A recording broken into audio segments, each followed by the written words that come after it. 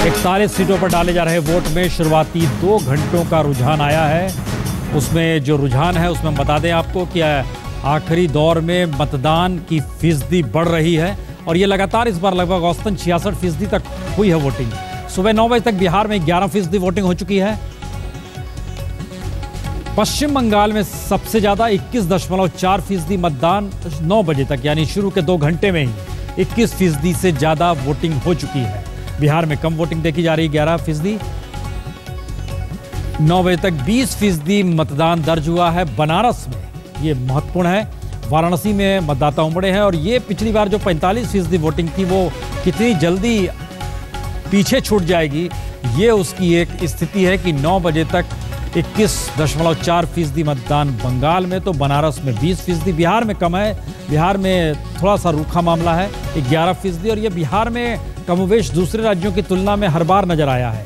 लेकिन ये अपने तरीके की पहली अच्छी खबर है कि इस चुनाव में अभी तक औसतन 66.56% वोटिंग हो चुकी है, जो बतलाता है कि 1984 में जो मतदान हुआ था जब इंदिरा गांधी की हत्या हुई थी, उस मतदान को कमोवेश पीछे छोड़ रहा है। वो जो स्थिति थी, ये अलग मसला है कि अलग अलग जगहों की हम तस्वीर दिखाएं आपको। उसके बाद हम ये आपको 3 तस्वीरें आपके स्क्रीन पर,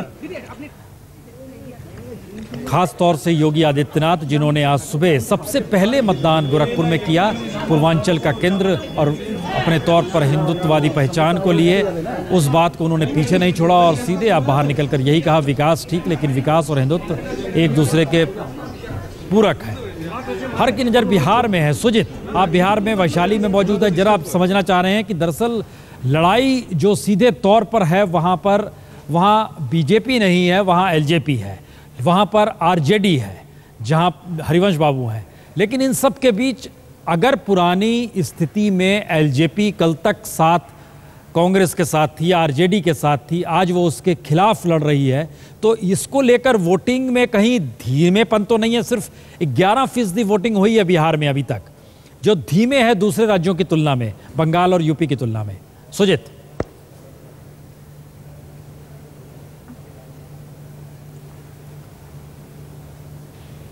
अच्छा, सुजित के पास तकनीकी वजह है, नहीं जा रही आवाज, लेकिन मनोज्ञा हमारे साथ बंगाल से जुड़ी हुई है। मनोज्ञा, बहुत जबरदस्त वोटिंग हो रही है क्योंकि ये नजर आ रहा है 21.4% वोटिंग अगर 9 बजे तक हो गई है तो ये आंकड़ा बहुत दूर तक जाएगा। क्या पिछले विधानसभा में जब ममता बनर्जी आई थी उस वक्त क्या थी फीसदी वहां पर वोटिंग की? उस समय भी यही थी, लेकिन उस समय गर्मी थोड़ी कम थी। इस बार गर्मी ज़्यादा है और यही कारण है कि 44 डिग्री 45 डिग्री टेम्परेचर तक का सामना न करना पड़े दोपहर में, जिसके कारण लोग सुबह से ही वोटिंग कर रहे हैं।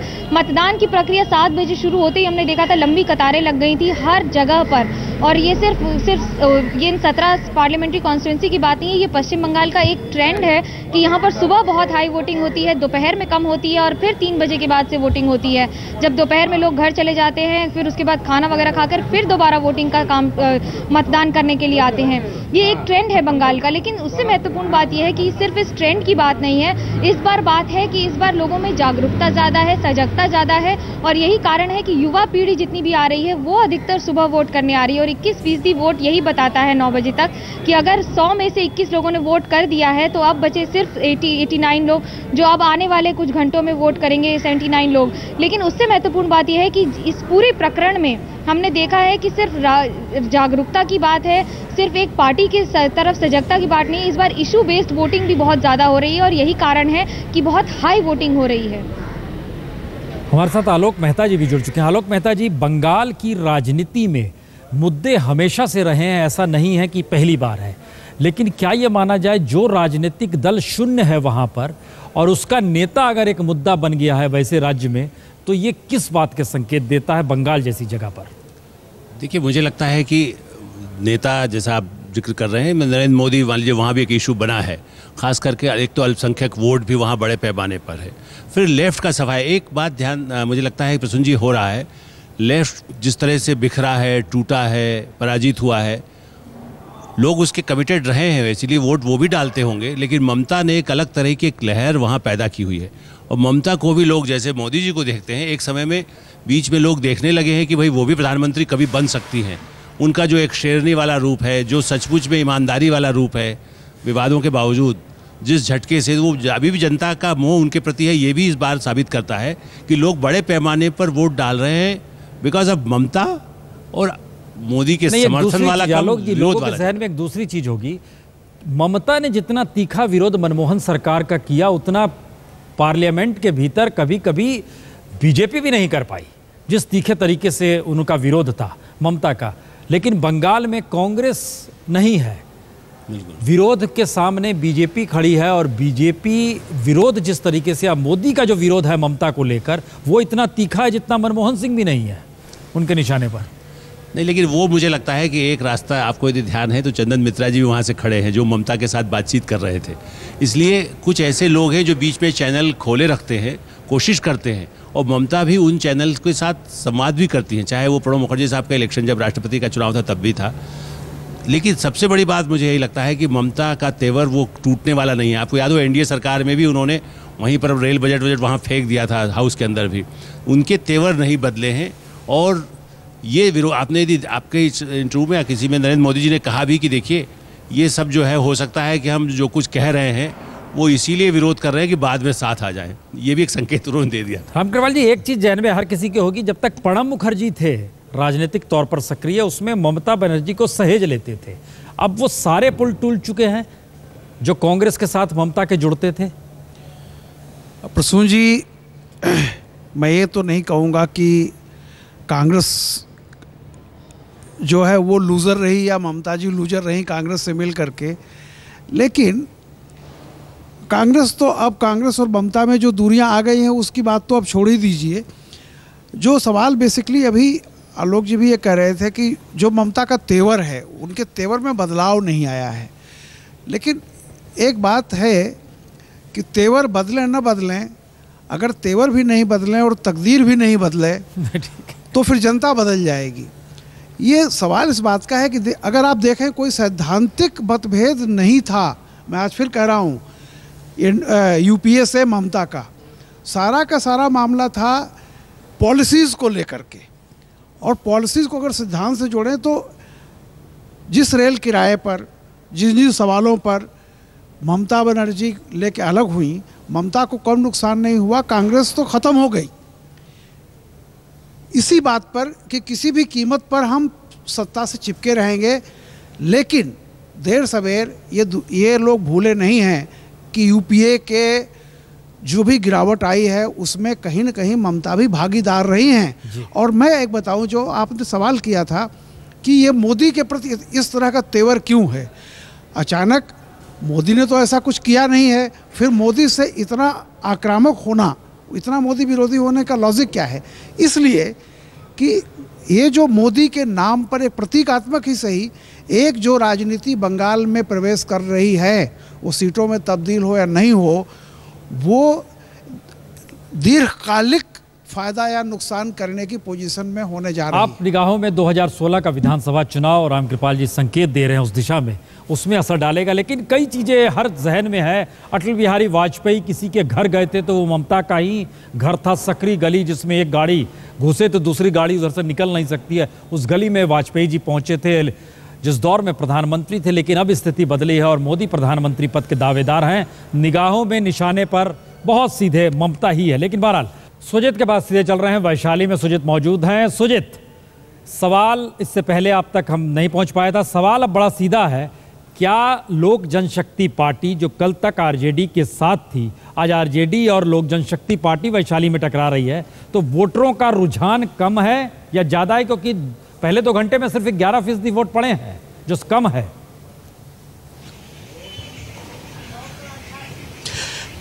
देखिए प्रसून जी, ये वैशाली है और विश्व का पहला गणराज्य यहीं से शुरुआत हुई थी इसकी।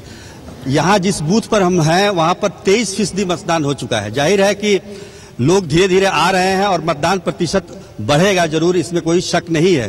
पूरे बिहार की बात करें तो 9 बजे तक 11.5% वोटिंग थी, लेकिन वैशाली उसमें आगे रहा, करीब 12.5% उस समय 9 बजे तक यहाँ पर वोटिंग थी और अब बढ़कर ये करीब 18% की तरफ बढ़ रहा है। तो आप अगर देखें पिछले पैटर्न को, पिछले अगर लोकसभा चुनाव से तुलना करें तो निश्चित रूप से बिहार में 10 से 15% की बढ़ोतरी हुई है हर एक लोकसभा क्षेत्र में और वोटरों का प्रतिशत जो है रुझान वो बढ़ा है। लेकिन अन्य की अपेक्षा जैसे बंगाल में जिस तरह की बढ़ोतरी हुई है वोट प्रतिशत में, उस तरह की बढ़ोतरी यहाँ पर नहीं देखने को मिली। इसका कारण भी है क्योंकि बिहार में पलायन बहुत ज्यादा रहता है और इसके वजह से कई जगह पर बूथ पर गड़बड़ी भी हुई है। जो जिसके पास आई कार्ड है उनका नाम वोटर लिस्ट है या वोटर लिस्ट में नाम है तो फोटो किसी और का है, लेकिन बावजूद वोट प्रतिशत यहाँ पर बढ़ा है और निश्चित रूप से वैशाली जो कि हमेशा से जागरूक रहा है वोटों के प्रति,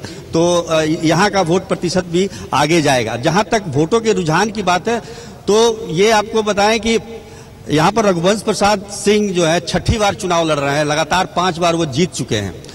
तो उनके साथ एक अलग उनकी एक ईमानदार छवि है और इसको वो हर बार भुनाते रहे हैं। आरजेडी से चुनाव लड़ने के बावजूद उनकी अलग तरीके की छवि है इस पूरे क्षेत्र में।